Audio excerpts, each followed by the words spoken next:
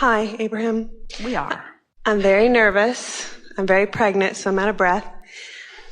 I'm a psychologist in private practice, and I use your work every day. And consistently, what I have a hard time with is exactly what you just talked about, having people get how worthy they are. So my question is, how do I, not only for myself, but for my clients, have them see their subconscious beliefs or have those become evident so they can move past those? Well, you don't have to do that because the law of attraction does that. In other words, what we would do,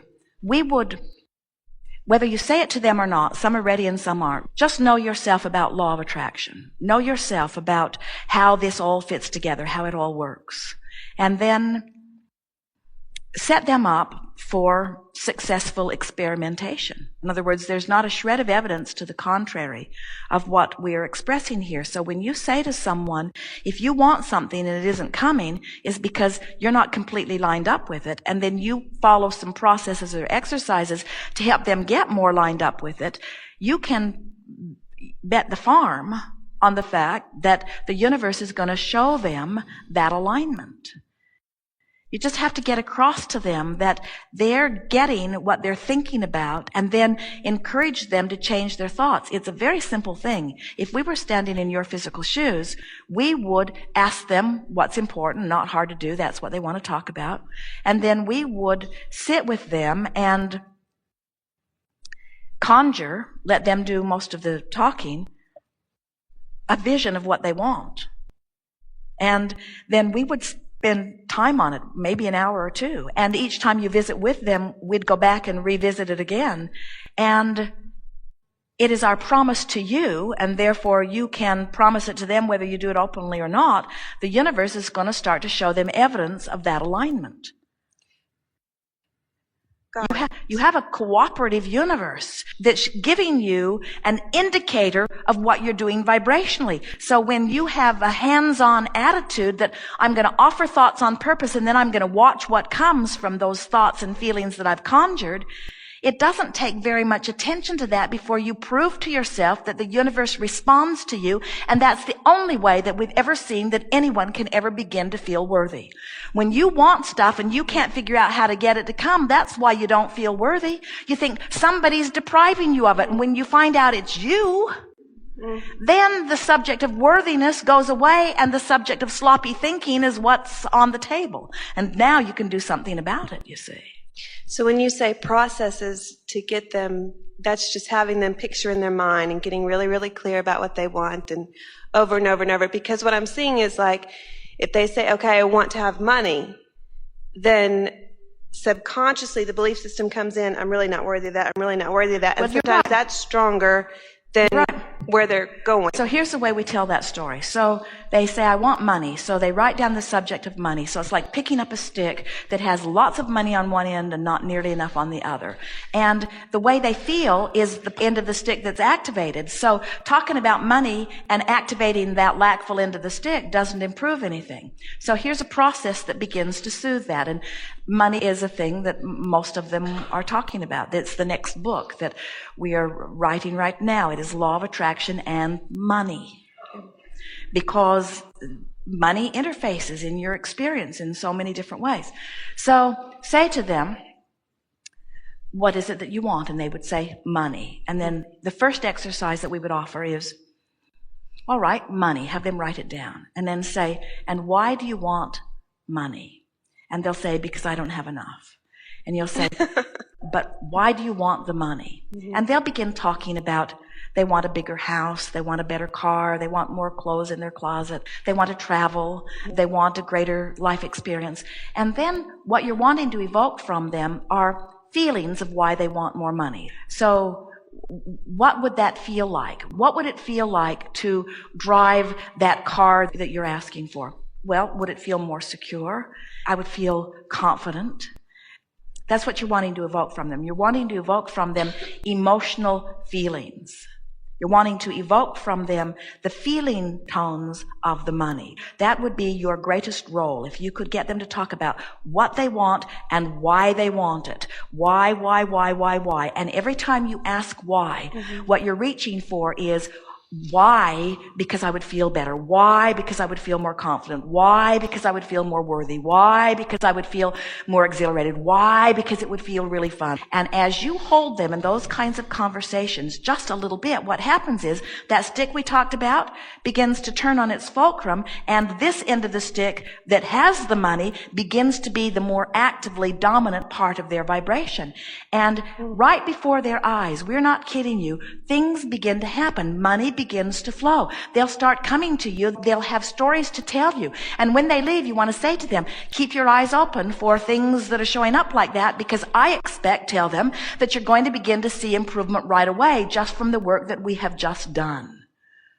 And then you really take care of a lot of things at once, because not only do they begin to discover that the universe is yielding to them and that now they're allowing what has already been yielded, but they begin to get that other thing that they really want, which is at the heart of the question. You said it already. They want to know their value. They want to know they're loved. They want to feel worthy.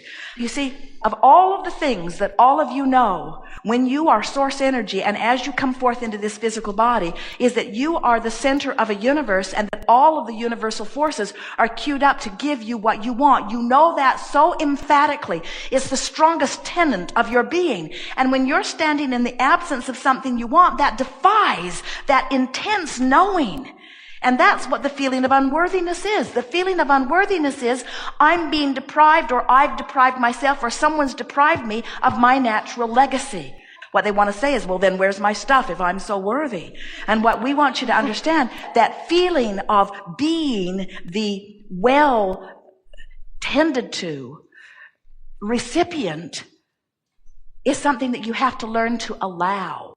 You all knew it when you came, and it's been sort of trained out of you as you've moved along. And now you're, through processes, training it back into them.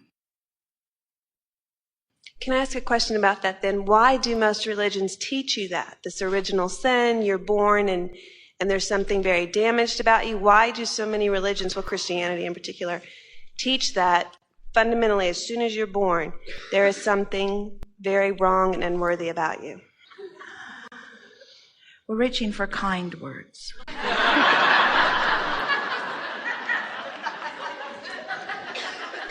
Part of it is because in your physical orientation, it's the what-isness that our friend was talking about, the what-is-itis. It's that what you're observing feels so real.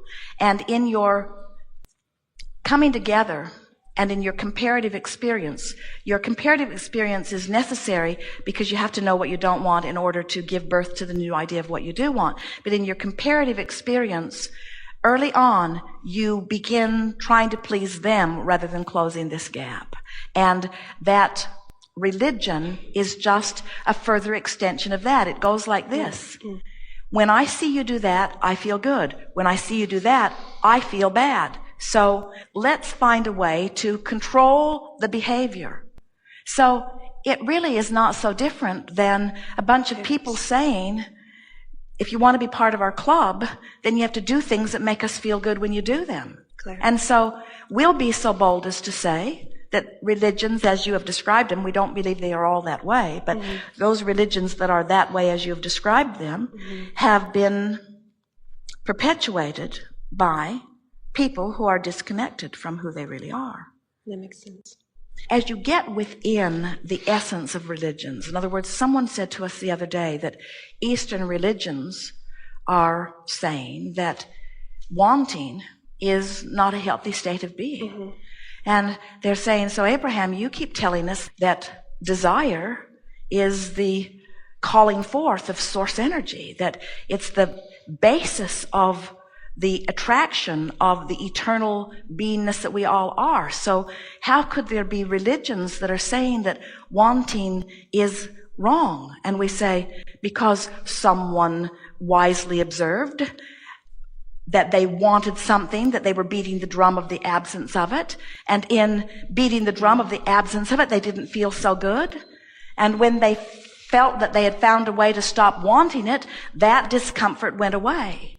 But we want to say all they did was release resistance. It's the releasing of resistance that you're all reaching for, not the releasing of desire. I have a friend that's very Buddhist, and I'm always like, well, what do you want? What do you want? What do you want? And he's always like, I'm at peace.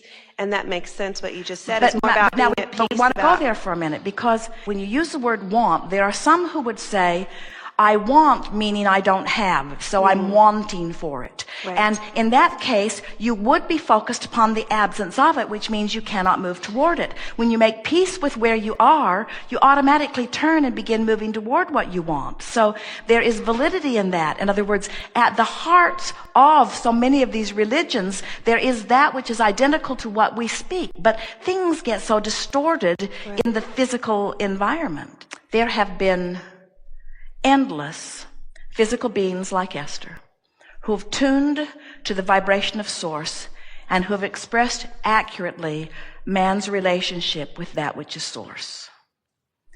Every one of you has the ability to do that, and you have guidance within you that helps you to know that. But then over time, as people then read the books that have been written, there is distortion. In other words, Jerry and Esther see it all the time. Someone will take a piece of what they've heard here and then apply something to it that does not fit at all, that takes it totally away from the integrity of the laws of the universe that they understand to be, you see. And so that's why we're encouraging all of you to find your own connection with your own source.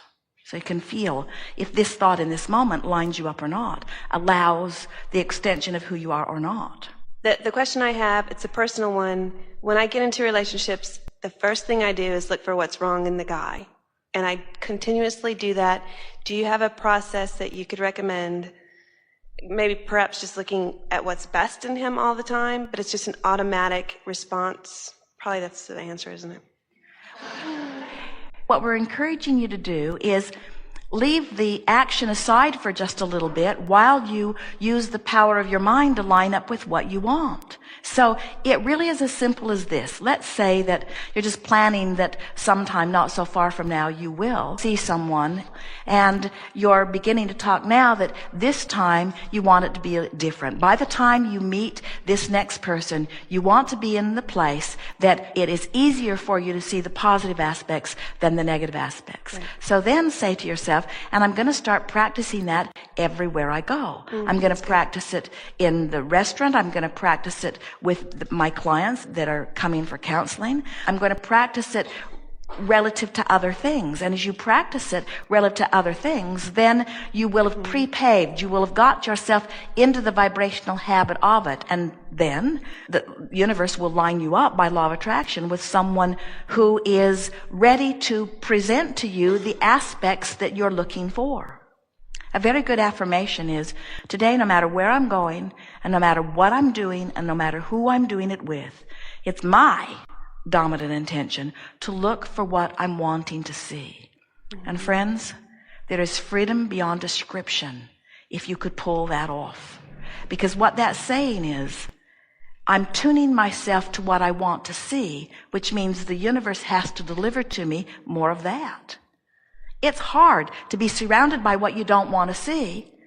It's normal not to feel good when you're not letting yourself be who you really are. That's normal. That's guidance. That's guidance telling you you're looking at something different than what you want. And so right there, while you're looking at it, you can do something about it other than ask him to change. Because the vision is there, and there's plenty in this vibrational escrow that is contained right there in that person, right there in that employee, right there in that client, right there in that segment of the universe. Right there, there's plenty in there that matches this. You've just got to go on the treasure hunt and find it. And when you do, you've matched your vision, you see. And that's how you have your cake and eat it too. That's how you line up with who you are. That's how you be true to who you are. That's how you find true integrity with who you are without offending everybody else. And it's how you keep moving from place to place, person to person, face to face, in order to find what you want. That was really good. Good time Thank you, for a segment of refreshment. We are complete.